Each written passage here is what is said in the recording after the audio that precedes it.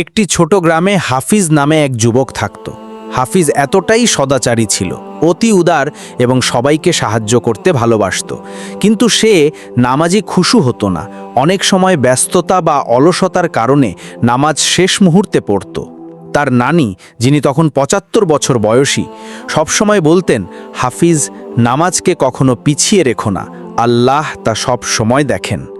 হাফিজ হাসি দিয়ে উত্তর দিত, নানি, আমি তো পড়বই, দেরি হলেও। কিন্তু নিজের মনে তিনি জানত, দেরিতে নামাজ পড়লে হৃদয় শান্তি পায় না। একদিন গ্রামের মানুষগুলো পবিত্র মাহে রামাদান উদযাপন করছিল।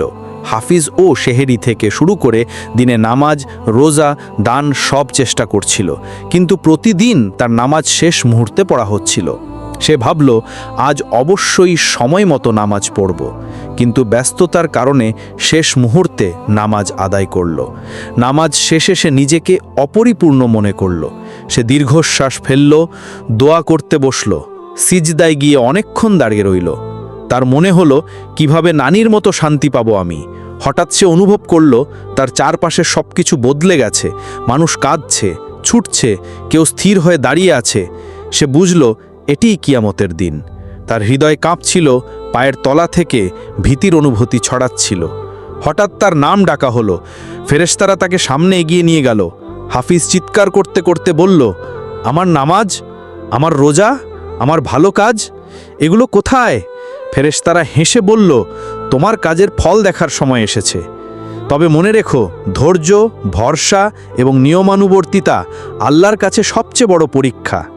হাফিজ দেখল, অন্যরা যারা ধৈর্য ধরে, ভরসা রাখে এবং নিজের কর্তব্য যথাযথভাবে পালন করে, তাদের জন্য আল্লাহ বিশেষভাবে রহমত ও শান্তি প্রদান করছেন। তবে যারা নিজের নামাজ, দোয়া বা কাজ আল্লাহর সন্তুষ্টির জন্য যথাযথভাবে করেনি, তাদের জন্য ভয়ঙ্কর পরিস্থিতি তৈরি হচ্ছে। হঠাৎ হাফিজকে দেখা গেল, সে জাহান্নামের ধারে দাঁড়িয়ে, আগুন তার চেহারায় প্রতিফলিত হচ্ছে।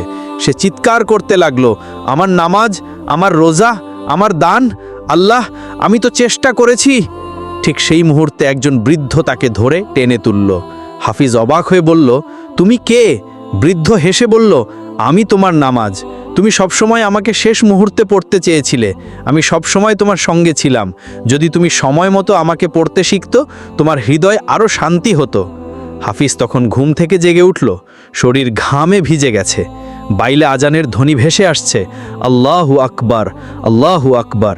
হাফিজ দ্রুত উঠে দাঁড়ালো। সে অজু করল এবং এবার নামাজে মন দিয়ে আল্লাহর দিকে মুখ করে দোয়া করল। সে বুঝল, আল্লাহর পরীক্ষা আমাদের জন্য শিক্ষা। ধৈর্য, ভরসা এবং নিয়মানুবর্তিতা এই পরীক্ষাকে সহজ করে। পরবর্তী দিনগুলোতে হাফিজ নিজের জীবন পরিবর্তন করল। নিয়মিত নামাজ পড়ল, দোয়া এবং দান নিয়মিত করল এবং যে কোনো পরিস্থিতিতে আল্লাহর উপর সম্পূর্ণ ভরসা রাখল। সে শিখল, আল্লাহর রহমত সীমাহীন।